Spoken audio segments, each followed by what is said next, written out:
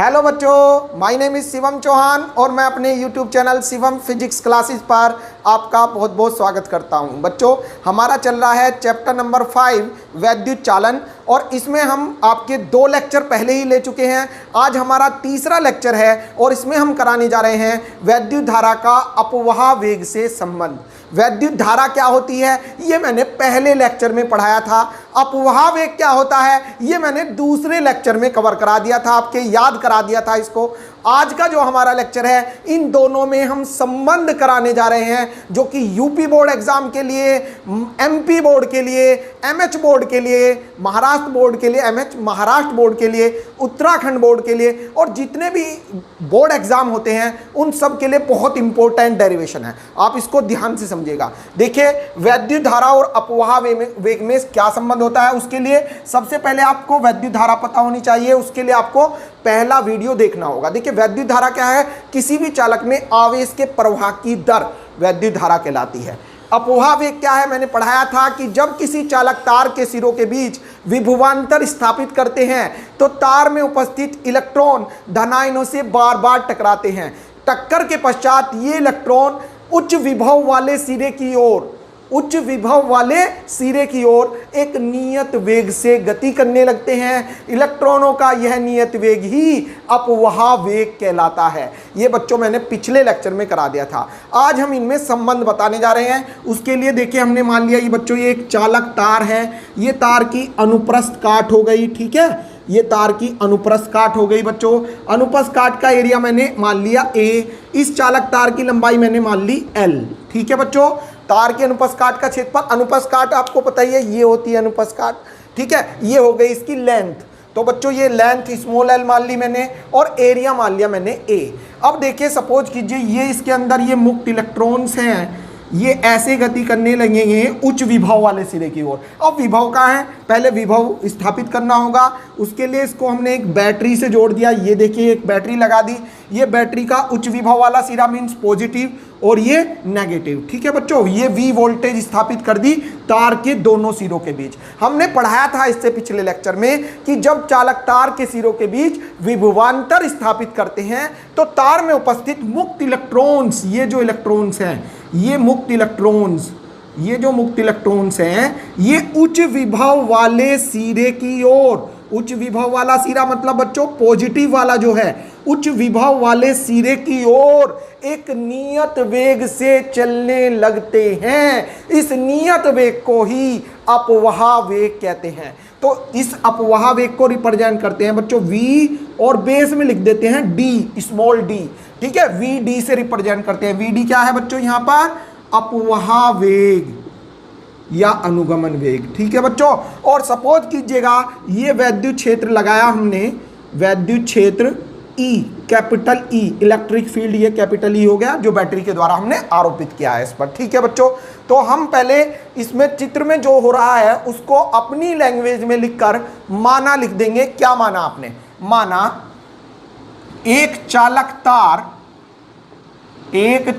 तार की अनुप्रस्थ काट, अनुप्रस्थ काट कहाँ है बच्चों?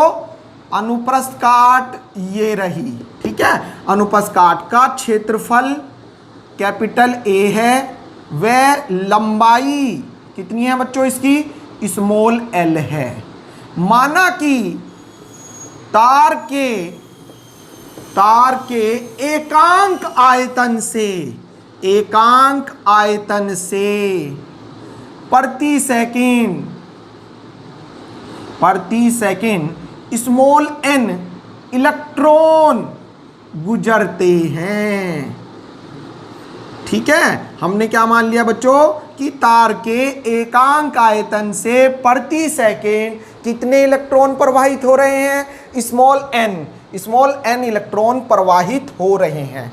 कब हो रहे हैं? जब हमने तार के सिरों के बीच विभवांतर लगाया। बस माना इतना ही लिखते हैं, ज्यादा बड़ा नहीं लिखना है माना, ठीक है। कभी उसमें ही कॉपी भर दो, बस मेन बात में माना लिख दिया जाता है। और अब आप अपने टॉपिक पर आ जाइए। अब हम देखेंगे, चूंकि प्रति सेकंड जो है तार के एकांक आयतन से, चूंकि तार के एकांक आयतन से गुजरने वाले इलेक्ट्रॉन गुजरने वाले इलेक्ट्रॉन कितने हैं बच्चों? स्मॉल n है। सभी के समझ में आ जाएगा, बस आप वीडियो पूरा देखें, ठीक है, ध्यान से समझें। मेरे पर ये ध्यान रखें, स्पीड ना बढ़ाएं वीडियो की, बीच में से स्किप ना करें, काटे मत वीडियो को कहीं से भी, तो आपके पक्का गारंटी से समझ में आएगा, ठीक है। बस 5-7 मिनट लगाएं इस डेरिवेशन में, कभी भी नहीं भूलोगे आप इसको, ध्यान से समझिएगा। तार के एकांक आयतन से गुजरने वाले इलेक्ट्रॉन हमने मान लिए n। देखिए ये कितने आयतन से गुजर रहे हैं? एकांक आयतन से, इसलिए तार के कुल आयतन से गुजरने वाले इलेक्ट्रॉन, कुल आयतन से गुजरने वाले इलेक्ट्रॉन, तो क्या करोगे बच्चों? क्या करोगे? सिंपल सी बात है भाई, एकांक आयतन से n गुजर रहे हैं, हमें निकालना है कुल आयतन से गुजरने वाले इलेक्ट्रॉन, तो इसके लिए कर देंगे n मल्टीप्लाई कर दो इसमें कुल आयतन से, n गुना कुल आयतन, ठीक है बच्चों। जैसे मैंने कहा एक कक्षा में 6 लाइनें हैं, प्रत्येक लाइन में बराबर बराबर बच्चे बैठे हैं, एक लाइन में 2 बच्चे बैठे हैं, क्योंकि कोरोना का प्रभाव चल रहा है ना, तो अब एक लाइन में ज़्यादा बच्चों को नहीं बैठा सकते हैं। एक लाइन में 2 बच्चे बैठे हैं, 6 लाइन में कितने बैठे हैं? 6 दूनी 12 बच्चे बैठे हैं पूरी क्लास में, ठीक है बच्चों। तो वो ही यहाँ पर रूल फॉलो होगा, एकांक आयतन में n इलेक्ट्रॉन है, तो कुल आयतन में कितने होंगे? n गुना कुल आयतन, जितना भी आयतन है उससे मल्टीप्लाई कर दो, टोटल इलेक्ट्रॉन आ जाएंगे। तो क्या करना होगा? कुल इलेक्ट्रॉन हो जाएंगे बच्चों, बड़े n से लिख दो आप इसको, बड़ा n बराबर हो जाएगा n गुना आयतन। आयतन का फॉर्मूला सभी के याद होगा, आयतन बराबर होता है क्षेत्रफल गुना दूरी। जैसे ये तार है, तो इसका अगर हम आयतन निकालें तो क्या करेंगे? तार की अनुप्रस्थ काट का क्षेत्रफल और गुना इसकी लंबाई, ठीक है। Area into length is equal to volume, इसका टोटल आयतन आ जाएगा, ठीक है। तो देखिए आयतन हो जाएगा n गुना कुल आयतन, आयतन मतलब क्षेत्रफल गुना दूरी। क्षेत्रफल क्या है बच्चों? a, दूरी क्या है बच्चों? l, तो a गुना l, ये इसका टोटल आयतन आ गया a गुना l, ठीक है बच्चों। तो टोटल इलेक्ट्रॉन इससे गुजरेंगे n into a into l। मैं अपेक्षा करता हूं यहां तक आपके समझ में आ गया होगा, ठीक है बच्चों। अब यहां देखिए बेटे, अब यहां पर देखेंगे बच्चों, देखिए अगर हम इस l की वैल्यू फाइंड आउट करना चाहें, इस स्मॉल l का मान निकालना चाहे, तो l मतलब है इस तार की लंबाई, टोटल दूरी, और दूरी बराबर होता है चाल गुना समय, दूरी बराबर चाल गुना समय। तो उसके लिए हम माने कि इलेक्ट्रॉन एक सिरे से दूसरे सिरे तक जाने में स्मॉल t टाइम लेते हैं, अर्थात l दूरी तय करने में स्मॉल t टाइम लेते हैं, तब स्मॉल l की वैल्यू हो जाएगी, यदि इलेक्ट्रॉन तार के एक सिरे से दूसरे सिरे तक जाने में स्मॉल t समय लें, तब तार की लंबाई L इज इक्वल टू हो जाएगी, लंबाई या ये कह दीजिए दूरी बराबर होता है चाल गुना समय। तो चाल देखिए बच्चों, इलेक्ट्रॉनों की चाल है vd, और यहां से यहां तक आने में कितना टाइम लिया? t। तो बच्चों l की वैल्यू क्या हो गई? vd गुना t। ये जो l का मान है इसको यहां पर रख देंगे। तो इसलिए तार से गुजरने वाले कुल इलेक्ट्रॉन कितने हो जाएंगे बच्चों? n बराबर हो जाएंगे, ध्यान देखिए बेटे, n a, देखिए स्मॉल n है ये, capital N is equal to small n into a into small n into a into l। l की वैल्यू ये रही, l की वैल्यू क्या है बच्चों? vd into t। ये आ गया बच्चों इस तार से t समय में प्रवाहित होने वाले कुल इलेक्ट्रॉनों की संख्या। इस इलेक्ट्रॉनों की संख्या से आप निकाल सकते हैं तार से प्रवाहित होने वाला आवेश। क्यों निकाले सर आवेश? तो देखिए आपको हेडिंग देखना होगा, हमें निकालना है वैद्युत धारा का अपवाह वेग से संबंध, और वैद्युत धारा I बराबर होता है Q अपॉन T। तो क्या चाहिए हमें? Q Q चाहिए और Q बराबर क्या होता है Ne, इसीलिए मैंने पहले N निकाला। देखिए एग्जाम में कैसे याद रहेगा कि आपको पहले क्या करना है। सबसे पहले आपको निकालना है तार में उपस्थित इलेक्ट्रॉनों की संख्या। ठीक है, क्यों निकालनी है? क्योंकि हमें निकालना है धारा। धारा का फॉर्मूला होता है I बराबर Q अपॉन T और Q बराबर क्या होता है Ne, इसीलिए हमने पहले निकाला N। तार में कितने इलेक्ट्रॉन हैं उसके लिए हमने माना तार के एकांक आयतन में n इलेक्ट्रॉन है, तो तार के कुल आयतन में इलेक्ट्रॉन हो जाएंगे n गुना कुल आयतन, या n गुना कुल आयतन का फॉर्मूला हो जाएगा क्षेत्रफल गुना दूरी, अर्थात n into a into L, n into a into L.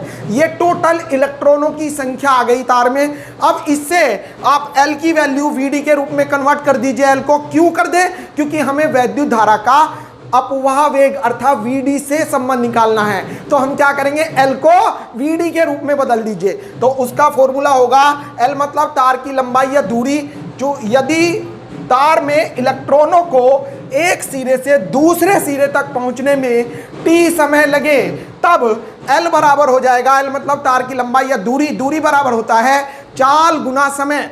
चाल गुना समय मीन्स vd इंटू टी।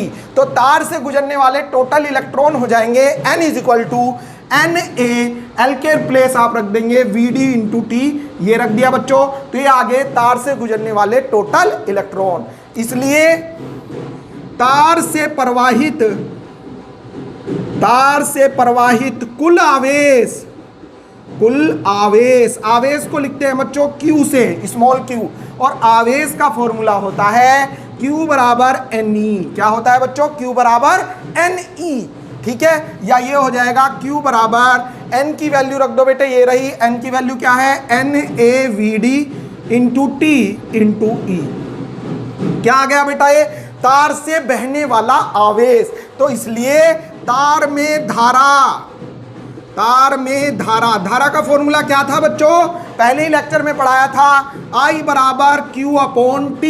ठीक है बेटे, तो ये हो जाएगा बेटे I is equal to Q का वैल्यू रख दो बेटे, Q की वैल्यू है आपकी NaVd into T into E upon T. अब क्या करेंगे, T से T गया तो I का फॉर्मूला आ गया I बराबर NaVd इंटू ई। ये फॉर्मूला आ गया बच्चों, या इसे कह सकते हैं हमारा फॉर्मूला आ गया I बराबर NeaVd। यही संबंध हो गया। इसमें I होता है वैद्युत धारा, I क्या है बेटा यहाँ पर? वैद्युत धारा। और Vd क्या है यहाँ पर? अपवाह वेग या अनुगमन वेग। और ये संबंध हो गया वैद्युत धारा का अपवाह वेग से संबंध। ठीक है बच्चों, मैं अपेक्षा करता हूं ये डेरिवेशन आपके अच्छा समझ में आ गया होगा। इसको अगर अभी कुछ कम समझ में आया है तो वीडियो की स्पीड को डबल करें और एक बार और देख लें, और फिर स्वयं करके देखना ना भूलें। ठीक है, आपको अपना रिवीजन भी खुद ही करना है, जिससे एग्जाम में ना भूलें। ठीक है बच्चों, तो आज के लिए इतना ही बहुत है। Thank you so much.